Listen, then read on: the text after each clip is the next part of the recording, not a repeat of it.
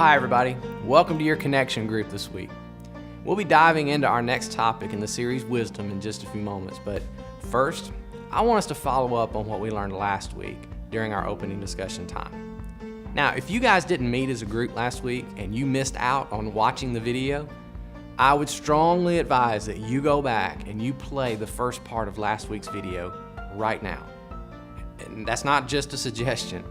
I went into details last week that you need to know for what we're going to be focusing on for this entire month, and I really don't have time to go into all of it right now. So, if you missed last week, stop this video right now and go back and play the first part of last week's video, and then come back to this point. Okay, so now that we're all on the same page, let's talk about it.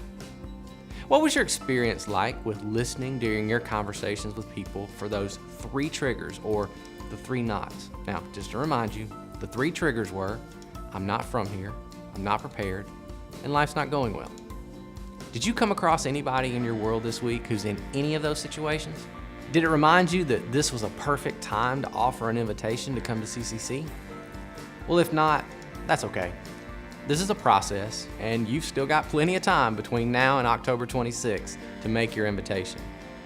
And remember, whether or not you use those triggers as a jumping off point to invite someone, the fact that we're providing the 5 years of water for people in Haiti, that's still a great tool and a very attractive invitation no matter what's going on in your unconnected friend's life.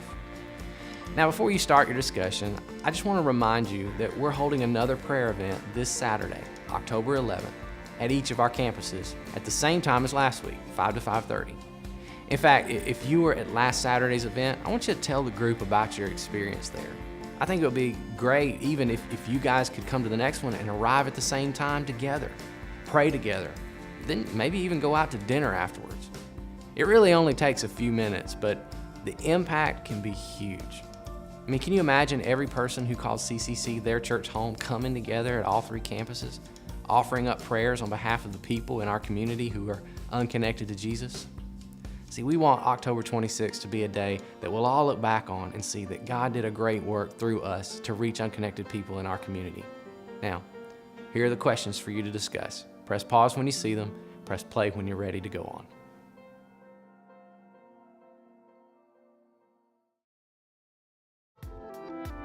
Anger can be funny and ridiculous sometimes, but other times it can do all kinds of damage to the people around us and to our own hearts as well.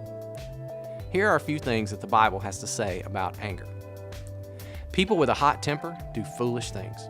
Wiser people remain calm. My dear brothers and sisters, take note of this. Everyone should be quick to listen, slow to speak, and slow to become angry, because human anger does not produce the righteousness that God desires. On Sunday, we learned 5 steps that we should all walk through whenever we feel angry.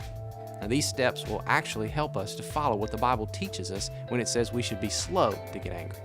The first step was to stop. Sometimes you even have to say that out loud because it's important to stop the feelings of anger before they lead us to do whatever it is we want to do or say in that moment, because usually it's not good. Now, step 2 was ask. Ask yourself when you're angry, why am I angry? And what do I really want right now? Because we learned behind all anger is one of 3 things: hurt, frustration, or fear. Step 3 is listen. And that simply means to put yourself in the place of the person that you're angry with. Try to see things from their side. Because the truth is, you could be wrong. Step 4 is rethink. And here's the thought you need to think. What's the right way to respond to this anger? What can I do that will solve this in a productive way instead of escalating the situation?